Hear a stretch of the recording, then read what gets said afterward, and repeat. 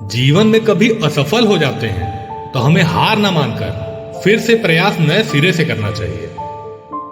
APJ Abdul Kalam साहब महान वैज्ञानिक, इंजीनियर, लेखक, प्रोफेसर और एक महान व्यक्तित्व के स्वामी होने के साथ साथ भारत के 11वें राष्ट्रपति थे। उनको मिसाइल मैन के नाम से भी जाना जाता है।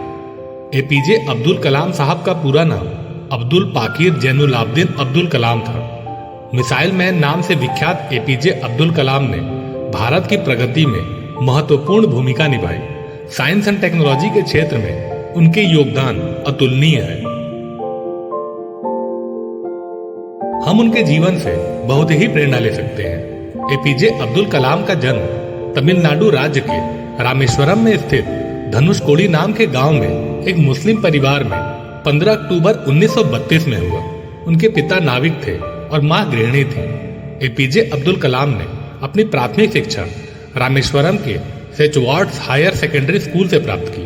तरुचिरापल्ली के सेंट जोसेफ कॉलेज से भौतिक विज्ञान में डिग्री प्राप्त की। मद्रास इंस्टीट्यूट ऑफ टेक्नोलॉजी से एरोनॉटिकल इंजीनियरिंग की डिग्री प्राप्त की। एपीजे अब्दुल कलाम साहब का जन्म एक साधारण गरीब परिवार में हुआ था। उनके बचपन के दिन बहुत संघर्षपूर्ण थे, लेकिन उन्होंने उस संघर्ष को अपने जीवन की सफलता में बाधा कभी नहीं बनने दिया। हम उनके जीवन से परिश्रम करना सीख सकते हैं। अब्दुल कलाम का जन्म एक छोटे से गांव धनुषकोडी में एक गरीब परिवार में हुआ था। पैसे की तंगी के कारण 8 साल की आयु में वो पढ़ाई के साथ साथ अखबार बेचते थे। वो पैदल चलकर अखबार लोगों के घर में देने जाते तो रास्ते में ही अखबार पढ़ लेते थे। उनका जीवन बचपन से ही संघर्षों से भरा था, लेकिन उन्होंने उम्मीद और हिम्मत कभी नहीं छोड़ी। एक बार उनके अध्यापक सुब्रमण्यम अय्यर ने कक्षा के बच्चों से पूछा कि बताओ कि चिड़िया कैसे उड़ती है। कक्षा में कोई भी बच्चा इस प्रश्न का उत्तर नहीं दे पाया। शिक्षक अगले दिन बच्चों को समुद्र तट पर ले गए। उन्होंने बताया कि पक्षी कैसे उड़ते हैं और पक्षियों के शरीर की बनावट के बारे में बताया कि उनकी बनावट कैसे पक्षियों को उड़ने में मदद करती है। इस घटना ने उनके जीवन की दिशा निर्धारित करने में प्रेरणा दी। उनका मानना था कि इस देश का सबसे अच्छा दिमाग क्लास के आखिरी बेंच पर मिल सकते हैं। एक बार एपीजे अब्दुल कलाम को उनके टीचर ने उन्हें पुरोहित के लड़के के साथ बैठने के कारण क्लास के सबसे पीछे वाले बेंच पर बैठा दिया था। उस दिन ही उन्होंने निश्चय कर लिया था कि वह जीवन में उच्च स्थान प्राप्त करके जरूर दिखाएंगे। एपीजे अब्दुल कलाम का मानना था कि जीवन में कठिनाइयां हमें बर्बाद करने नहीं आती, बल्कि यह हमारी छुपी हुई सामर्थ्य और शक्तियों को बाहर निकालने में हमारी मदद करती है। वह कहते थे कि कठिनाइयों को यह जान लेने दो कि आप उससे ज्यादा कठिन हैं। मद्रास इंस्टीट्यूट ऑफ टेक्नोलॉजी में एरोनॉटिकल इंजीनियरिंग में दाखिल लिया। विमान का डिजाइन का प्रोजेक्ट मिला, लेकिन शिक्षक को इनका डिजाइन पसंद नहीं आया। प्रोफेसर से इन्होंने 1 मास का समय मांगा, लेकिन प्रोफेसर ने इन्हें 3 दिन का समय दिया था। प्रोफेसर कहने लगे कि अगर तुमने अपना काम पूरा नहीं किया तो तुम्हारी स्कॉलरशिप खत्म हो जाएगी। एपीजे अब्दुल कलाम 3 दिन 3 रात बिना खाए बिना सोए उस प्रोजेक्ट पर काम करते रहे और 3 दिन बाद जब उनके प्रोफेसर को जब विमान का डिजाइन दिखाया तो उसे देखकर उन्हें गले लगा लिया।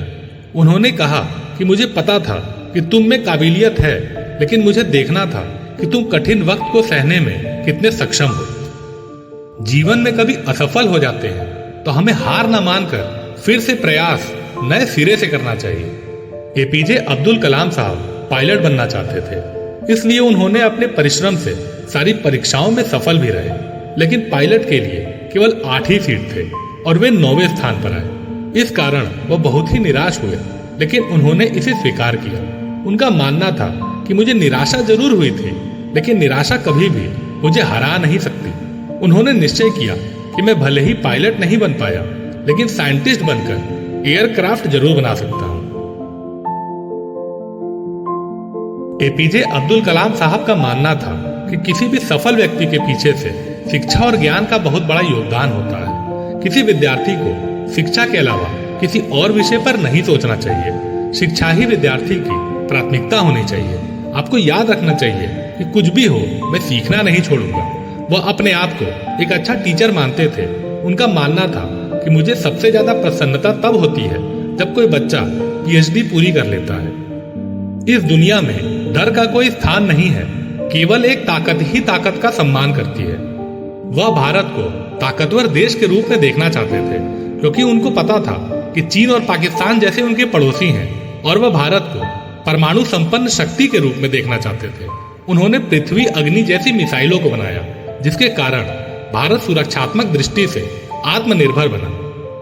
शिक्षक एक महान पेशा है जो किसी भी व्यक्ति के चरित्र, क्षमता और भविष्य को एक साकार रूप दे सकता है। उनका मानना था कि लोग अगर मुझे एक शिक्षक के रूप में याद करें। उन्होंने शिक्षा को सदैव महत्व दिया। उन्हें बच्चों को शिक्षा देना इतना पसंद था कि उनका जुलाई 2015 में शिलोंग में आखिरी क्षण भी छात्रों के साथ विचार साझा करते हुए गुजरा। उनका कहना था कि वह अपने जीवन के आखिरी क्षण भी छात्रों के साथ रहना चाहते हैं। मानो ईश्वर ने उनकी बात सुन ली। 27 जुलाई 2015 को IIT गुवाहाटी में विद्यार्थियों को संबोधित करते समय कार्डियल अरेस्ट हुआ और देहांत हो गया। उनका मानना था कि देश के युवाओं को कुछ अलग तरीके से सोचना चाहिए, कुछ नया करने का प्रयास करना चाहिए। हमेशा अपना रास्ता खुद बना असंभव को भी हासिल कर सकते हैं। APJ अब्दुल कलाम का मानना था कि सांसारिक जीवन में आपका एटीट्यूड कैसा है यह बहुत महत्व रखता है, क्योंकि बारिश के दौरान सारे पक्षी आश्रय की तलाश में रहते हैं, लेकिन बाज बादलों के ऊपर उड़कर बारिश को ही अवॉइड कर देता है। समस्या कॉमन है, लेकिन आपका एटीट्यूड इसमें डिफरेंस पैदा करता है। APJ अब्दुल कलाम साहब को पक्षियों से विशेष लगाव था। एक बार defence research and development organisation ने बिल्डिंग की सुरक्षा के लिए बिल्डिंग की दीवार पर कांच के टुकड़े लगाने का सुझाव दिया, लेकिन अब्दुल कलाम साहब ने इस सुझाव से इनकार कर दिया। उनका मानना था कि इससे पक्षियों को नुकसान हो सकता है। साथियों, तो ये थी APJ अब्दुल कलाम साहब की प्रेरणादायक कहानी।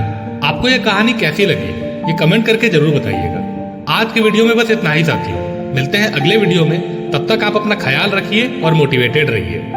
साथियों, अगर आपको मेरा वीडियो पसंद आए तो आप उसे लाइक करें और कमेंट करें और चैनल को सब्सक्राइब और शेयर करके मेरा सपोर्ट करें। धन्यवाद साथियों। जय हिंद।